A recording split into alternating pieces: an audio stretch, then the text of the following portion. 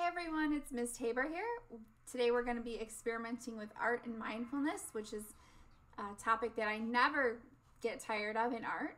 So whether you've used mindfulness before or it's something that's completely new to you, today I think you're going to take away something with you and be able to just experiment with art tools without judgment. So let's get started. First, I'm going to give you a list of supplies that you need to prepare before we start. The supplies you'll need are watercolor palette, a paintbrush, paper towel or old towels for washing off your brushes, colored pencil, marker, pencil, Sharpie, and a cup of water. So I'd like you to read this quote,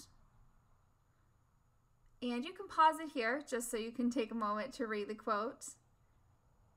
And then when you come back to it, this really talks about how art is sort of connected to who we are as people and how our emotions are conveyed in our own artwork and how we see emotion in other artwork.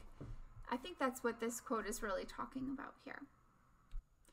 We're going to do 3 quick activities in this video that will help you hone your mindful art skills. After those, you'll complete a mindful drawing or painting in your sketchbook that you'll share with the class. So before we jump into those activities, let's talk a little bit about mindfulness. So let's look at the questions that we'll be asking today throughout our inquiry in this. What is mindfulness? How can one practice mindfulness, and why might someone want to use mindfulness? How can it be used with art, and what can it teach us about ourselves? So those are the things I'd like you to just kind of keep in the back of your head as we're going through this today. And I think you'll be able to answer some of these with much more confidence just by doing these couple of activities. So what is mindfulness? Let's start there, especially for those of you who have never really talked about it or heard about it before. It is a moment-by-moment awareness and a basic ability to be fully present, aware of where and the what of what's going on, and not super reactive one way or the other, not reactive or overwhelmed by a situation. And it's something we all have access to, everyone. We just have to it just requires a little bit of learning before we actually do it. So this is a great way to help practice, and that's why we call it mindfulness practice. And what can be gained from using art with mindfulness? So we can talk about some of the benefits that might come from using something like this as a consistent practice in your artwork or just in your life in general.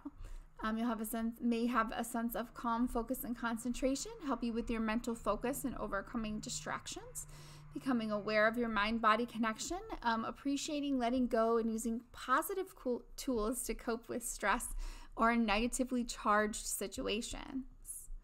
So throughout this process today on this video, I want you to consider the following. Let go of your attachment to product, which means don't think about how it's going to turn out. Don't worry if it's good or bad. Have a childlike curiosity and sense of play. So for some of you, that means literally getting into your mindset of being an 8-year-old or being a 6-year-old and just having no worries in the world, being a kid. And what were some of the things that you would have said or done as a kid if you had been given 2 writing utensils in your hands and told to just go? What could you create? So sort of tap into that feeling. The next one is to follow your impulses and intuition. So trust yourself. Don't worry about, oh my gosh, this is going to look so stupid if I do this. Don't worry about that. Let that go. Don't overthink it. That's the next one. And that sort of goes with that following of yourself. So don't overthink things. Don't worry about if it looks right or wrong. The next one's really, really hard, especially for high school students. No judgments, good or bad. Take it for what it is, y'all. That means if you hear yourself in your head judging it, or if you hear yourself saying it out loud judging it, no, you got to get rid of that. Take it for exactly what it is in this moment. Maybe you'll be able to use this drawing again, or maybe it was just a great way of expelling emotion. Either way, It's okay. And then the last thing is to, when you're being mindful, you're paying attention to how you feel and what goes on inside your body. So I know that in my own mindful practice, I try to pay attention to how everything makes me feel and go slower and take it easy sometimes, because I want to practice paying attention. So now let's practice with a very basic mindfulness activity of hand washing. Here are the instructions. So you have two options here with this video. You can either pause it and just look at the directions and walk yourself through the steps, or you can listen to my voice as I guide you through it. So go ahead and get yourself by a sink. Make sure you have your soap ready. You're going to take a deep breath before you start and clear your head of any thoughts. Notice your intention to turn on the faucet. You're going to turn the water on and feel your hand moving toward the soap. Be aware of the soap as it touches your skin. Notice the look and the color of your soap or your dispenser, the smell of it, the design of it. Slowly start to rub your hands together as you begin to lather the soap. What does it feel like to feel each fingertip? Rinse your hands again with running water and continue to be aware of the sensation of that. Feel the running water.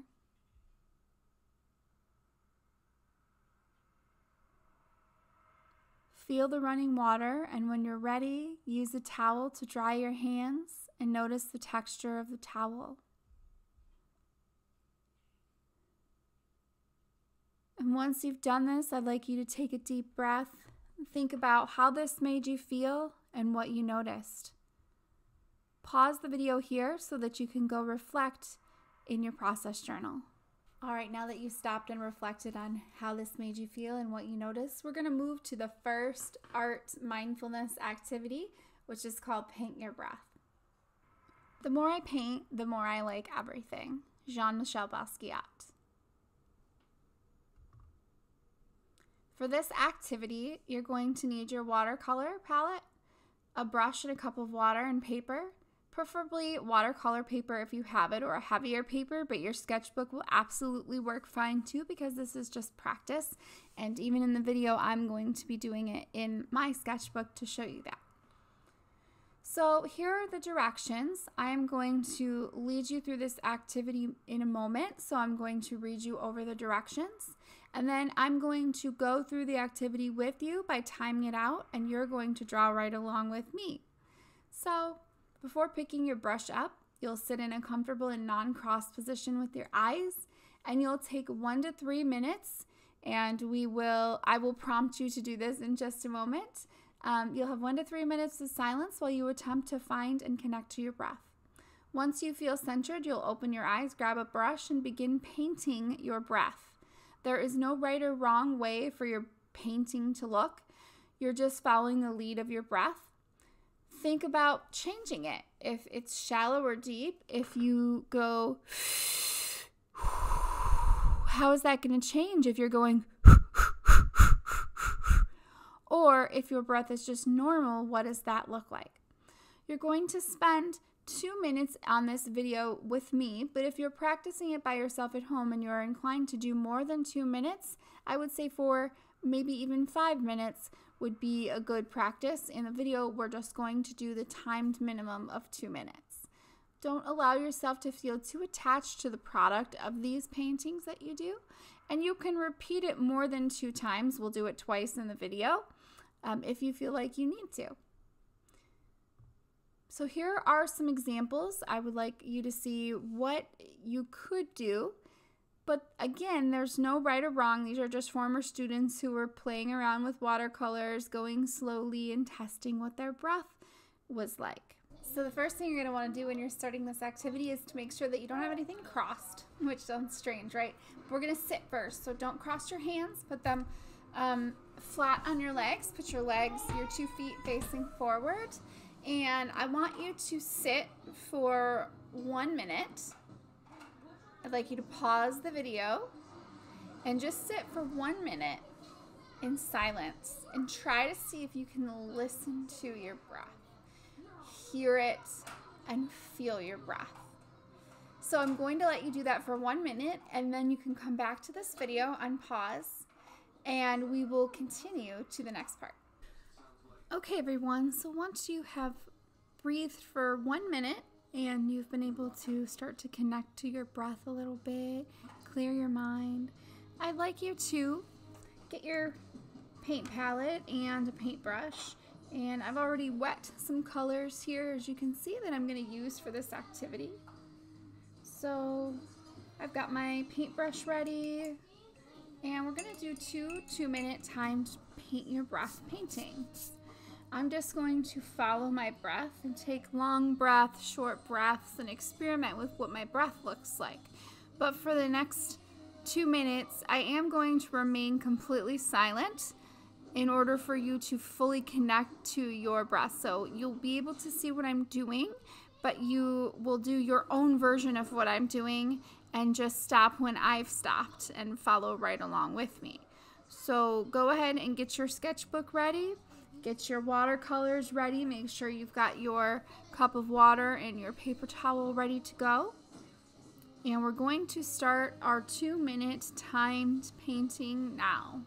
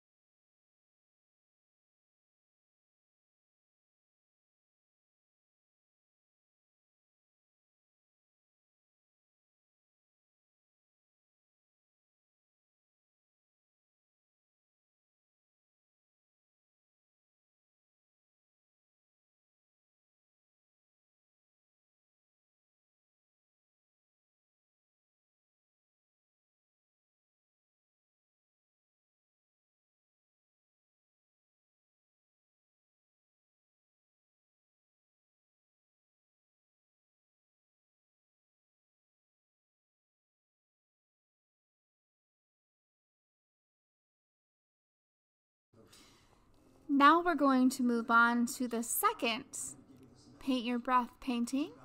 So I'd like you to start a fresh new page, and if you started on one page of your sketchbook, you might want to move to the other side of that part and open it up. So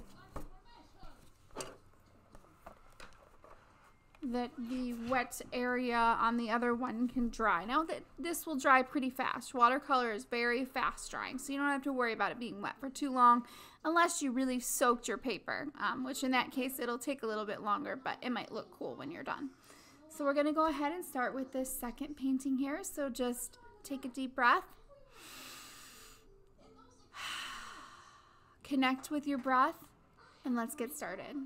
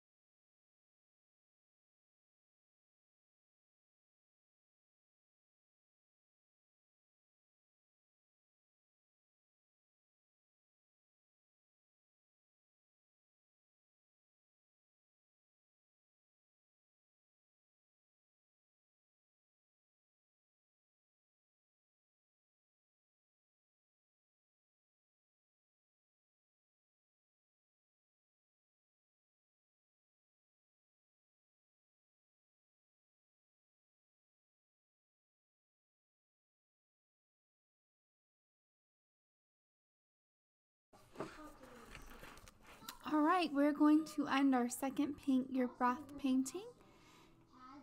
And now we're going to do the reflection. All right, so after this activity, I'd like you to reflect in your process journal. How did this make you feel? And what did you notice? So you can pause this now and take a moment to reflect before you move on to the next activity. The next mindful art activity that we're going to try is called Conversation with Your Hands. I like kids' work more than work by real artists any day. Jean-Michel Basquiat.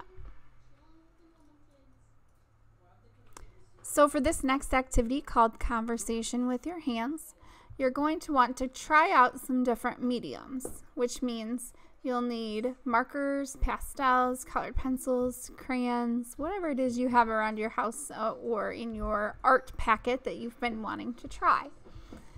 So I'm going to go over the rules with you, and then I will go through, just like with the last activity, I will actually walk through 2 of these with you so that you can see my example of them. So let's go through how we're going to do this. You're going to choose your medium and take 2 colors of that, 1 in each hand. So for example, you'll have 1 marker in one hand that's 1 color and 1 marker in the opposite hand that is a different color. Before taking your hands to the paper, take a moment to draw in the air with your tools, staying aware of the feeling that it gives you. And I'm going to demonstrate this to you before we start.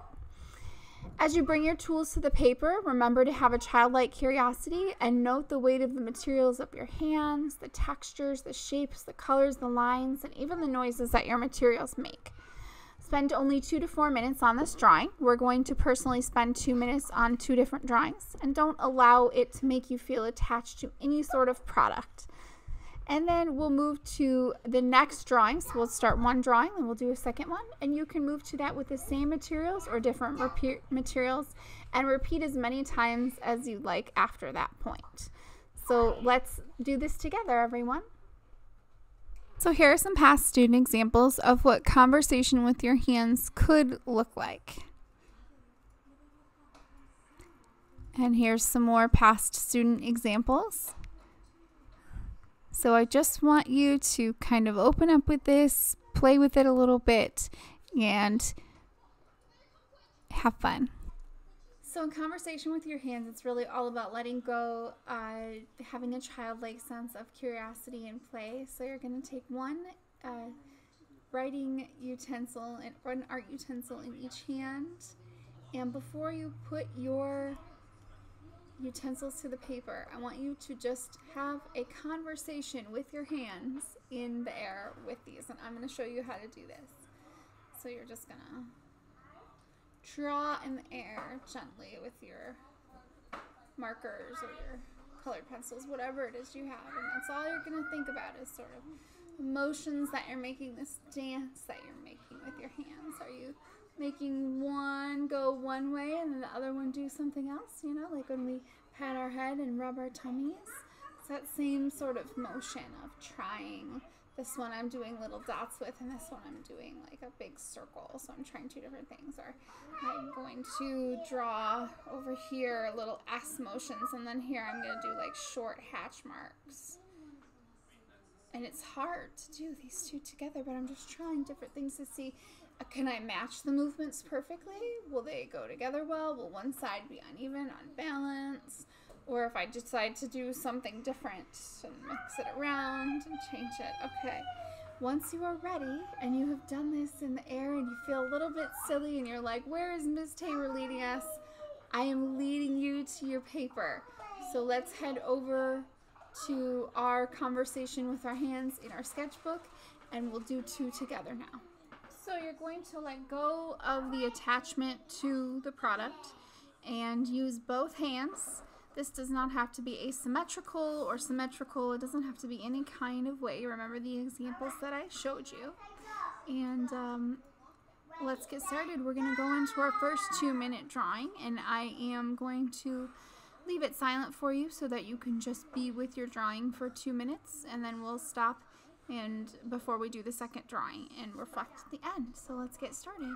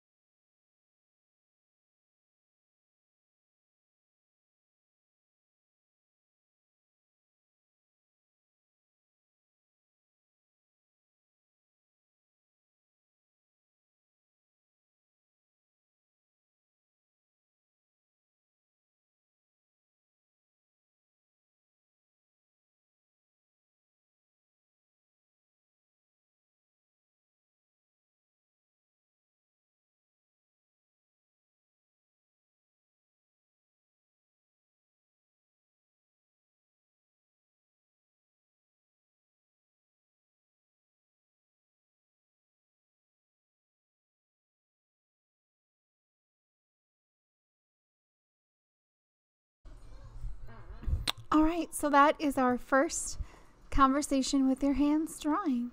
We're going to move to our second page, and this will be the final drawing that we do together. So just take a collective deep breath, and here we go on the second one.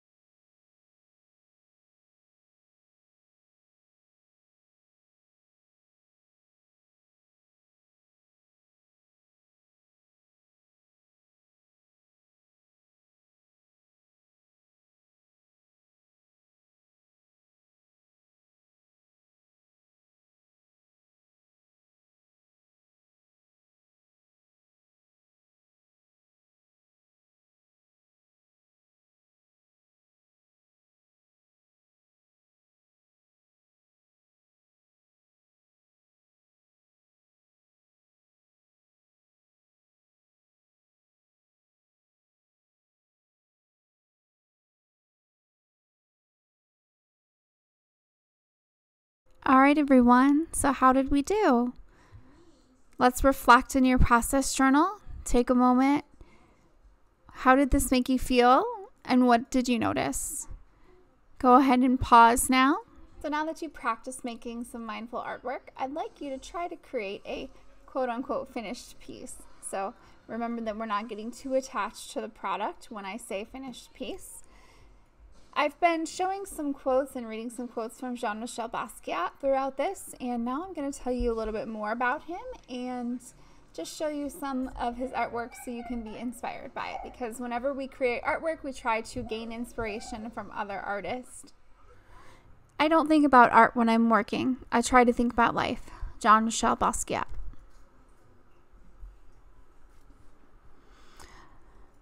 Basquiat was an American artist associated with the Neo-Expressionism movement in the 1980s. He first achieved fame with his pseudonym, Samo, and produced graffiti art during the 1970s in New York.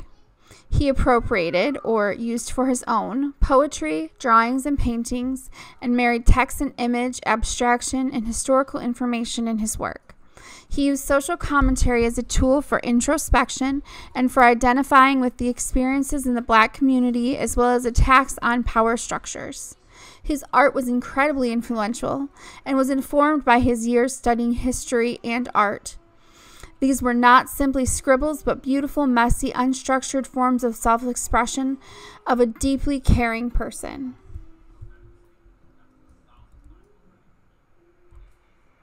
Here is a second slide of Jean-Michel Basquiat's artwork. And you can pause it if you like to just get a look at the intricate, beautiful artwork that he created.